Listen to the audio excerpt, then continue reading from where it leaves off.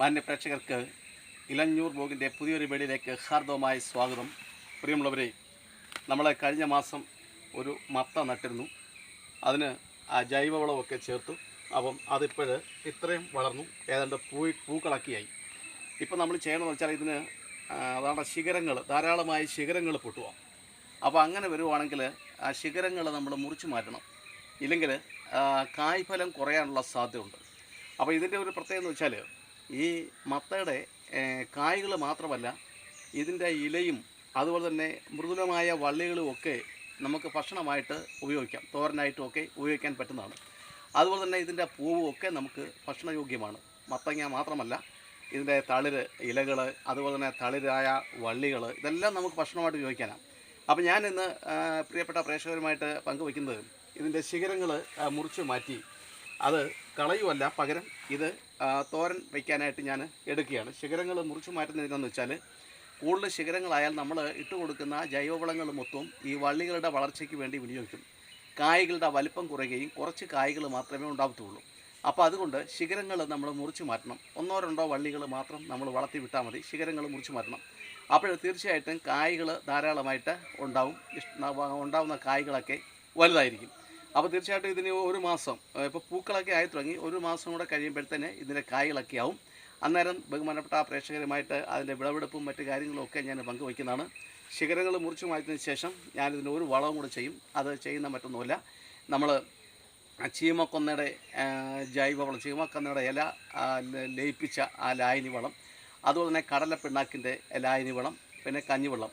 അപ്പോൾ ഇതെല്ലാം കൂടെ മിശ്രിതമാക്കിക്കൊണ്ട് ശരിക്കും വെള്ളമൊക്കെ ചേർത്ത് നേർപ്പിച്ച് അതാണ് ഒഴിച്ചു കൊടുക്കുന്നത്. ആഴ്ചയിൽ 2 ദിവസം വീതം ഇത് ഒഴിച്ചു കൊടുക്കുന്നുണ്ട്. അത് ഇങ്ങനെ ശിഖരങ്ങളൊക്കെ മുറിച്ചതിന് ശേഷമേ അത് നമ്മൾ ഒഴിച്ചു കൊടുക്കാവൂ. കാരണം അത് നല്ല ഫലഭൂഷ്ടമുള്ള വളമായതുകൊണ്ട് അത് ശിഖരങ്ങൾ വളരാൻ വേണ്ടി ഉപയോഗിക്കും. പകരം പൂക്കാനും കായ്ക്കാനുമുള്ള ഒരു പ്രത്യേക വളമാണത്. അതുപോലെ തന്നെ പെട്ടെന്ന് കായ്ഫലം ഉണ്ടാകുവാനൊക്കെ.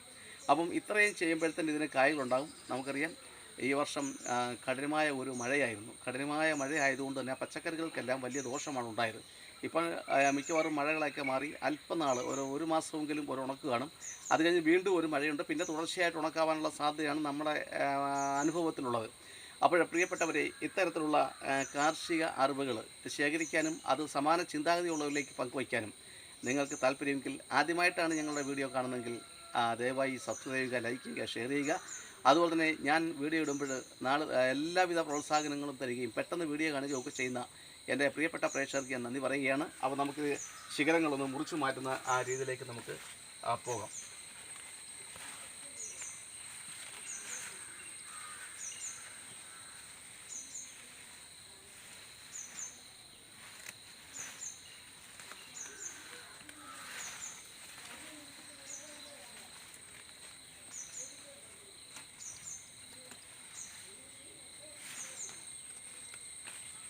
അപ്പോൾ ഇത്രയും ശിഖരങ്ങളാണ് ഇന്ന് മുറിച്ച് മാറ്റിയത്.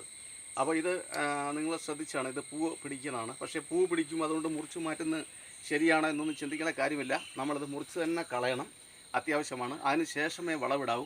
അങ്ങനെ വളവിട്ടെങ്കിൽ മാത്രമേ ഈ നമ്മൾ ഉദ്ദേശിക്കുന്ന ആദായം നമുക്ക് ലഭിക്കുകയുള്ളൂ. അപ്പം നമ്മൾ മത്തനുണ്ട്, അതുപോലെ തന്നെ ചുരയ്ക്ക, നമ്മൾ കണ്ട് ചുരയ്ക്കയൊക്കെ നമ്മൾ കൃഷി ചെയ്തിട്ടുണ്ട്.